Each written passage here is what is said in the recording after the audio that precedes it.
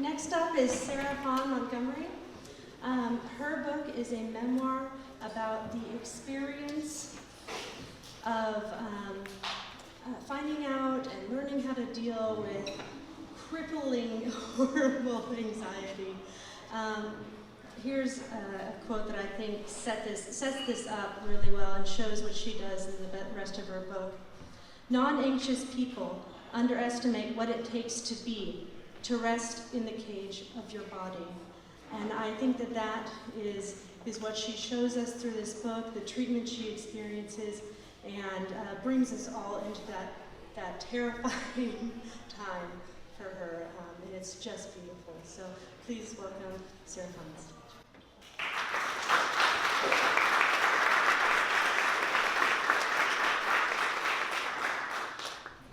Okay, so I want to say thank you all for coming, and thank you all for coming out to listen to me talk about mental illness, which is a really stigmatized thing that we don't talk about very often. I graduated from the Fresno State program in 2010, and I haven't been back to visit for 5 or 6 years, so I'm really glad to be back. Tonight I'm going to read from Quite Mad, which is my memoir about mental illness, so anxiety, OCD, PTSD, and it also has a lot of research about the history of mental illness treatment in the United States, so everything from the history of asylums, to lobotomies, to our current psychopharmaceuticals. So I'm going to read 2 different sections today. The first section takes place during my time at Fresno State and right after my time at Fresno State, which of course is the fun of writing nonfiction. So this is a few months after I graduated and had just begun a PhD program. So this is the prologue. I'm on my knees again, like I was an hour ago, an hour before that. Like I've been each day for the past few months since I first arrived here. Here is a large brick building in the middle of a college campus in the middle of America. Here is where I am teaching and earning a PhD. Here makes people widen their eyes, impressed by the doctor they will eventually include before my name, but mostly by the way my job doesn't have 9 to 5 hours of summers. Here is also the 3rd stall of a bathroom on the 3rd floor where I run several times a day to throw up. Shaking and sweating, my head spinning with thoughts of cancer or brain disease, thoughts that an asteroid is headed towards Earth, or that my cat was right when she looked at me funny this morning, stretched her paws, and told me today was the day I would die. If I hear someone come in, esteemed professor of this, distinguished writer of that, I pause. I try to think really hard, to focus, to hold what little breath I have, and bear down on my teeth and tense every muscle in my body. I pull myself in stiff like a reed. It's not that I don't want them to know I'm here. It's that if I don't hold taut and still, all dread and dead, eyes and mouth pinched shut, I won't be able to stop heaving and gasping. I won't be able to function as I should. Won't be able to go about my day smiling and nodding. I won't be able to keep pretending. The truth. I'm throwing up because this is what I do lately when I hear students outside, their voices interrupting one another, or planes overhead, sirens racing through the intersection, the professor in his office next to mine eating lunch. This is what I do lately when I see the news. Floods and famines, chemicals and cancers, children murdering their parents, parents murdering their children, all interrupted by celebrity gossip and lifestyle reports. Lately I throw up every time I leave the house. Sometimes I feel so sick, I think the planes are gonna bomb somewhere. I think the sirens are racing for me, like I don't know what's wrong yet. I think the news reports are broadcasting warnings from the future. I have generalized anxiety disorder, which means I live a socially stigmatized existence ruled by chronic fear and worry, my stress over lack of sleep, or bills, or work, twisting itself in my psyche until it manifests as constant distress, irritability, restlessness, catastrophic paranoia, and yes, strange delusions. Sometimes I have panic attacks, feelings of terror that come on suddenly, peaking within a few minutes, but whose symptoms, palpitations and chest pain, some liken to a heart attack, trembling and sweating, the feeling of being smothered or choked, nausea, lightheadedness, numbness and tingling, chills and hot flashes, the fear of losing control, the sense of impending death, a detachment from reality in the body, last several hours and leave me with the lingering fear of having another, a worry that often brings on several more. I was 22 the first time I had a panic attack. One night I took 2 ibuprofen and quickly became convinced I'd swallowed a handful. A burn enveloped my body. I lost my breath, my limbs went dead, and even though I felt trapped in the chaos, I also seemed to be floating above the scene, disconnected from the moment, powerless to stop whatever was seeping through me, building speed until it surged. I grew hysterical, pacing the house, hyperventilating, sweating, eventually cowering in a cold shower. Afraid to sleep after the attack, I spent much of the night retching and crying, gnarled fingers clutching at my unreliable heart. The attacks continued the next day and in the weeks after, building in frequency until I began experiencing dozens each night, waking up in a cold sweat, unable to breathe, crying out as I clawed at my chest. Ever since, I've had attacks that stem from mundane things. So driving by a car accident causes catastrophic thoughts of my own mortality. A thunderstorm brings about thoughts of electrocution's fantastic fireworks. Unusually sore muscles leads to thoughts of cancer creeping through my body like a blush. Coming up the stairs and finding myself out of breath triggers a fear that I'm having an attack, and my body follows suit. It's mostly miserable, irritatingly irrational, entirely inexplicable. I'm afraid of dying a lot these days, so I retreat to bathrooms, bathtubs, the floor, trying to make the world disappear by focusing on the toilet, the shower stall, a bit of fuzz on the carpet. It's like I think that focusing intensely on some small detail will help me forget my fear of future destruction. But then again, focusing on tiny details, a cough, a bump on my shin I'd never noticed before, is how the madness started in the first place. These are the details I focus on now, here in the third stall of a bathroom on the third floor, in a building in the center of a college campus in the center of America. 2 graffiti messages and a picture etched into the stall's thick paint. Right next to the toilet is the phrase, "Every day is a gift." And a little further down, tucked into the back corner of the stall, he's watching, he knows, he's on your side. And a drawing of the symbol for the female gender, a large circle atop a tiny cross. The symbol looks like a heavy head weighing down a tiny body. The letters are jagged, like whoever carved them into the stall's peach lacquer struggled to leave the mark, like the message took time, effort, like the effort broke the pen. As I lean over again to heave, averting my eyes from my reflection in the water of the toilet, I focus on the messages, trying hard not to wince at the idea of a gift, trying not to think about the fact that sometimes I know someone is watching, that he's a stalker or a murderer, or worse, that he's God telling me who will die, when, and how. Because I am prone to paranoia, reading messages into the simplest things, I'm convinced these etchings are meant for me. Much of the past year has been a waiting game. Waiting for another panic attack to subside, waiting for the class I'm teaching to start, for the class I'm taking to finish, waiting for the day or the world to end so I can sleep and forget the overwhelming fear. I'm waiting for a doctor to understand this thing in my head. I'm waiting for a medication to start working so I can be fixed. I'm waiting to find a medication that won't make me sicker. My nausea and my dizziness and my scattered thoughts are just some of the side effects from my medication. One designed to balance fear and coerce happiness, but that makes it so I don't feel like the same person anymore. Doctors have explained this to me many times. My brain is unstable, so I need medication. I need to take medication every day. I will need to take medication for the rest of my life. They don't say it will take years of my trial, dare error to find a medication that does not injure me. They don't say that many of the pills will make me feel even more unbalanced, or that some will send me spiraling when I stop taking them. They don't say that some will leave me unconscious, as though my life is better spent asleep, that some will make my hair fall out, that some will leave me unable to orgasm, that some will permanently change my vision, that some will ignite a burning rage that leaves me clutching a butcher knife at my lover. Even though I am not in chains or an insulin coma, even though I'm not lobotomized or Valium comatose like a 1950s housewife, I am still wrong, dangerous, still not to be trusted. And I am not alone.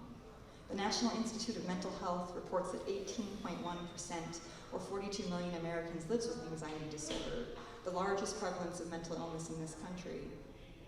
Though we are promised relief by contemporary medicine, we are still waiting for evidence, waiting for answers, waiting for proof that we in America have come a long way in our understanding of mental illness and our ability to control and cure the unstable.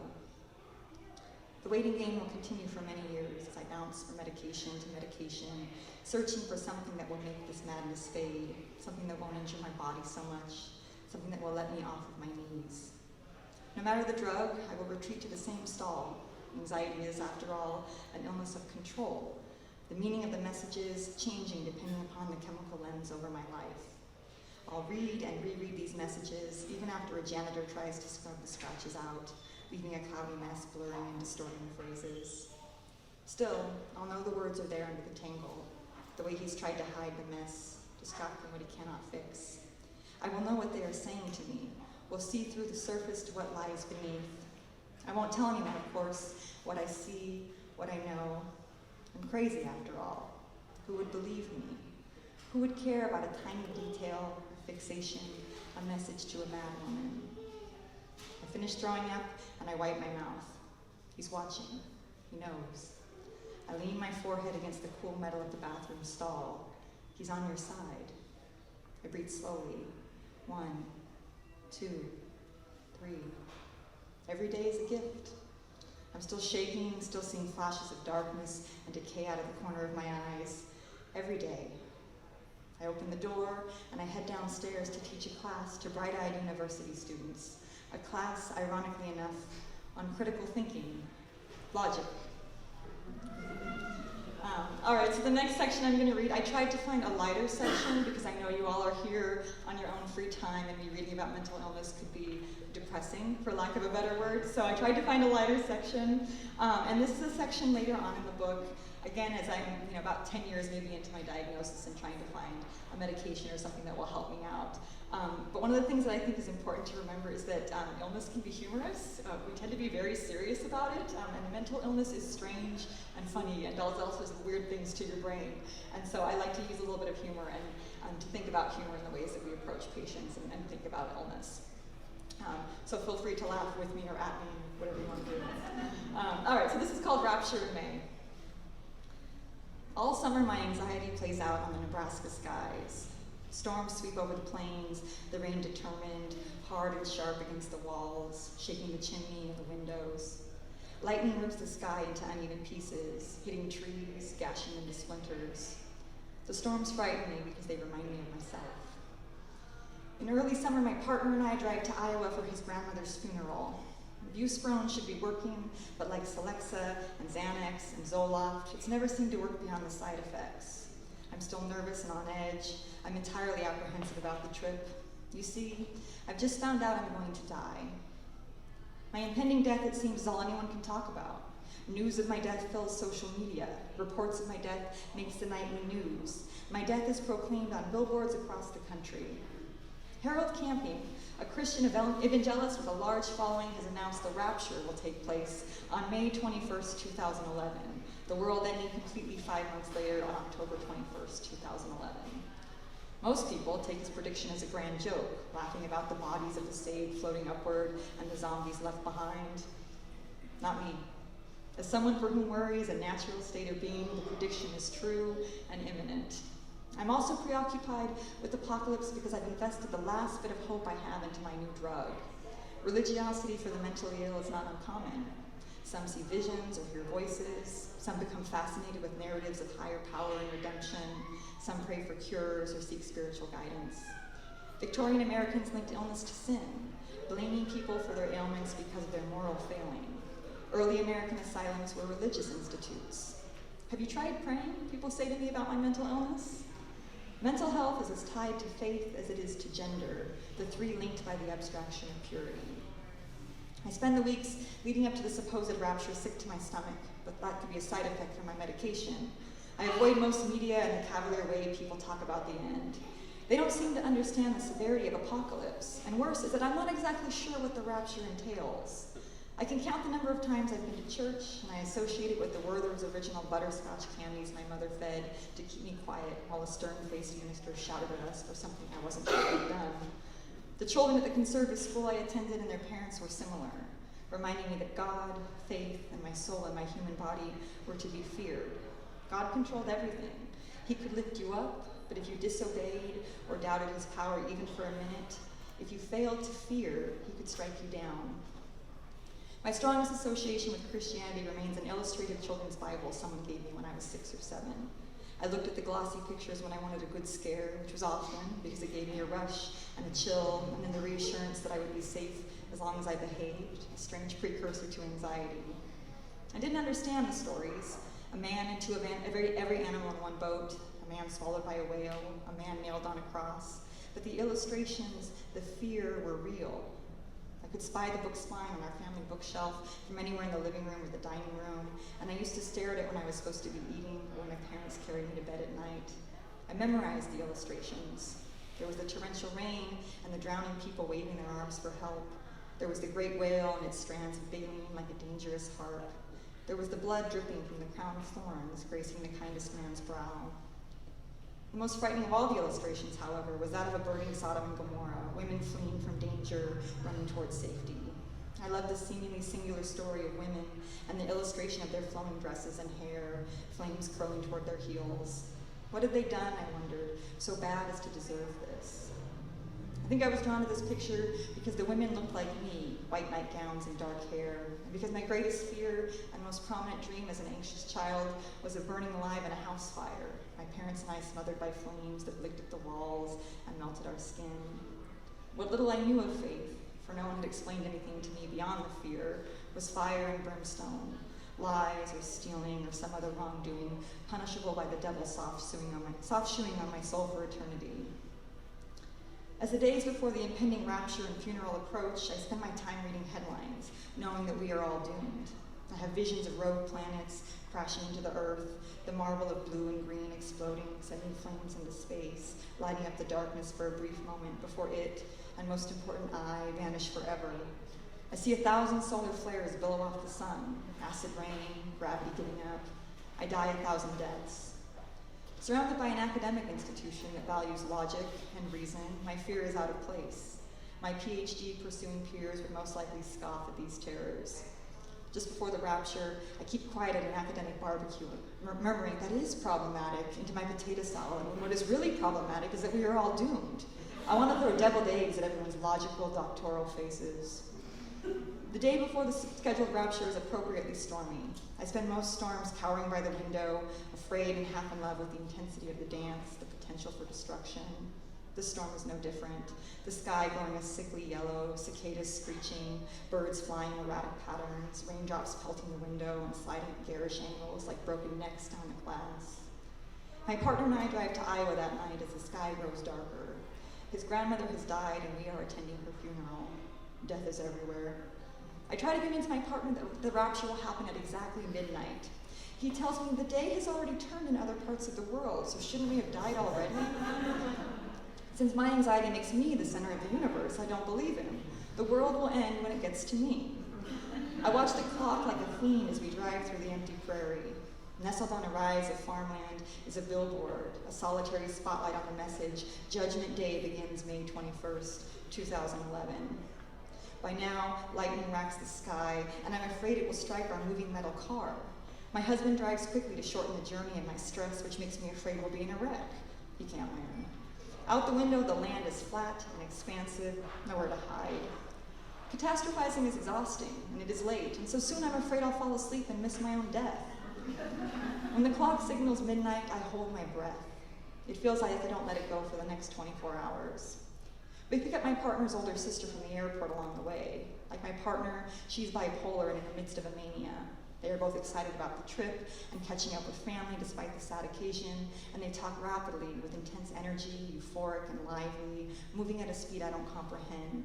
They interrupt and wave their arms, and my partner puts his foot heavier on the gas pedal, and his sister leans out the window into the 2 a.m. air to smoke a cigarette. She doesn't wear a seatbelt and shifts back and forth in the back seat, my partner turning around to speak at her, taking his eyes out the dark road to laugh and laugh. Though we can barely hear each other over the rush of the wind from the open windows, my partner's sister leans forward from the back seat to turn up the radio, her hand pulling the back of my chair, tilting me suddenly backward. All at once, I'm staring out the moon roof, up at the blackness, the million stars waiting to crash down. She tunes rapidly between the radio stations, static and preaching, the only thing available during the middle of the night in rural Iowa. The sounds mix with the wind and her constantly humming cell phone, and she and my partner shout above it all. This isn't the apocalypse, but it feels like it. We arrive at the hotel at 4 a.m. and sleep 3 hours before heading to the cemetery as the sun comes up. The ground is damp from the rain the night before, our feet sinking with each step. Zombies, I think. Everyone was right. I stand around the grave with my partner's family, many of whom I'm meeting for the first time, and they pray, staring down while I try not to crane my neck upwards, searching for some kind of sign. Today is the rapture. How appropriate I'm standing by a pre-dug hole. I wonder briefly if I should just climb in. Next, we head to church, a building with windows perfect for lightning to pierce and beamed ceilings perfect to crash down on unsuspecting bodies. I meet aunts and uncles and dozens of elderly friends with glowing white hair who talk about my partner's grandmother's pies. Their laughter bounces overhead, reverberating and pressing down on me like a countdown. No one else seems concerned, but perhaps this is because they know all the words to the hymns. Afterwards, my partner and his sister take me to a local amusement park they used to visit with their grandparents. The park is tiny, a few rides sitting along the edge of a clear lake, funnel cakes, and hot dogs, and all the smiling faces making the place a regular Norman Rockwell painting. My partner and his sister want to go on an old wooden roller coaster, but because the rattling wood track will knock loose a brain aneurysm, I wait on a bench in the sun. I shake my head with pity at the crowds. They don't realize there's only a few hours left to live. 3 bronze monkey statues sit on the bench too, hands over their eyes, ears, and mouths. Lucky. The sky is full of big clouds, and when the sun passes behind one, I know it is time. The rapture is here. I bend my head down to my chest, curl up, and wail. I can't breathe. I'm already dead. No one stops to help. My partner and his sister are still on the coaster with a dozen cotton candy kids, and even some old people braver than me, but the rattling of the wood and metal sounds like gunfire. Even though I know the laws of physics, know that if the sun blew out, we'd be dead before the darkness reached us, my terror builds until I'm having a full-blown attack, afraid to pace like I usually do to get rid of the nervous energy, because now I'm imagining a meteor with a homing device that will target me if I move at all. I hold still next to the bronze statues, so still, waiting for the end of the world. I'm a monkey counterpart. I have my hands over my heart. Like any chronic illness, anxiety alters time. The notion of minutes or days, even a handful of years, suddenly arbitrary. Joy compacts into seconds, while dread lasts forever, the earth a giant sundial that casts a menacing shadow. I remain dying on the bench, even after my partner and his sister return from the ride, even after we leave the park, even after the sun goes down and we meet up with the rest of the family for dinner and reminisce late into the night. I remain dying long after camping's prediction runs out, long after I return to Nebraska. I am forever on that bench, waiting, fixed and frozen with fear. Months go by as I take Buspirone and feel no relief. I'm still afraid. After all, the real end of the world, according to camping, is in October. And if that fails, there's always the 2012 Mayan apocalypse. Thank you.